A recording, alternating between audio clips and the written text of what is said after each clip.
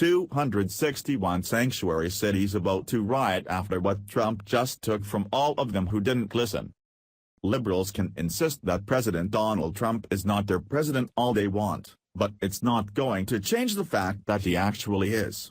This defiant mantra doesn't take the power from him, as he just proved after 261 so-called sanctuary cities refused his orders and learned what happens when you don't comply with the nation's laws.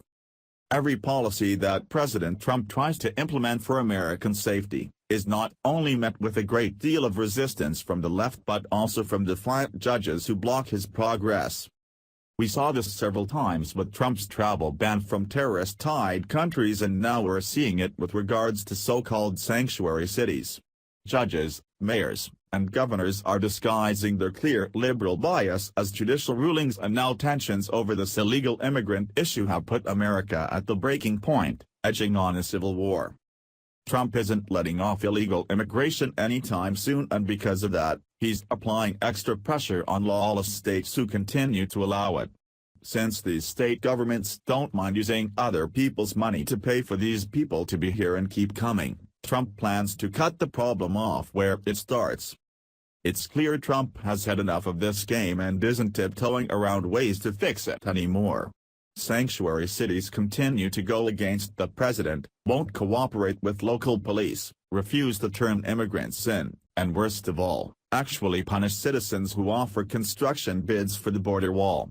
While it was previously proposed to fine states who refuse to comply with his orders, Trump just came up with a better plan. It takes a lot of cash to support illegal immigrants who don't ever pay it back into the system. This money comes in large part from the Byrne Justice Assistance Grants.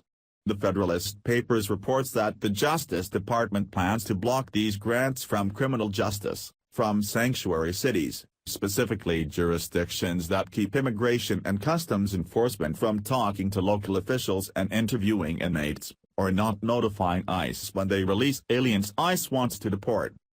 As easy as it came, it's about to go away, since these cities disrespect law enforcement as much as they do the president by trying to stop them from enforcing the immigration rules.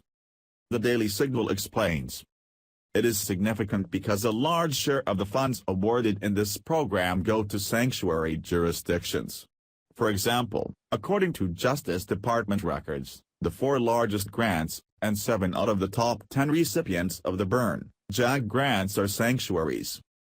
Under the new rules announced by Attorney General Jeff Sessions, these 4 top grant getters, New York City, Cook County, Illinois, Los Angeles, and Philadelphia, are likely to be disqualified from these grants in the future if they maintain their current policies toward ICE.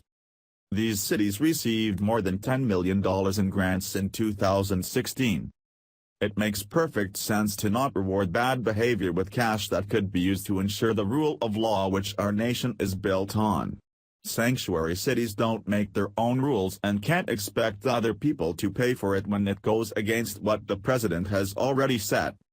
San Francisco, and cities like it, are putting the well-being of criminal aliens before the safety of our citizens, and those city officials who authorize these policies have the blood of dead Americans on their hands, former White House Press Secretary Sean Spicer has previously said. However, defiant governors and judges who go against our president at every move in favor of illegals is far worse than just usurping our president's decisions and appeasing their political parties. Fox News' perfectly blunt show host, Tucker Carlson, pointed this out along with making the declaration with specific regard to the practice of liberals getting lone district court judges to reverse Trump's every order. This sets a terrifying new standard.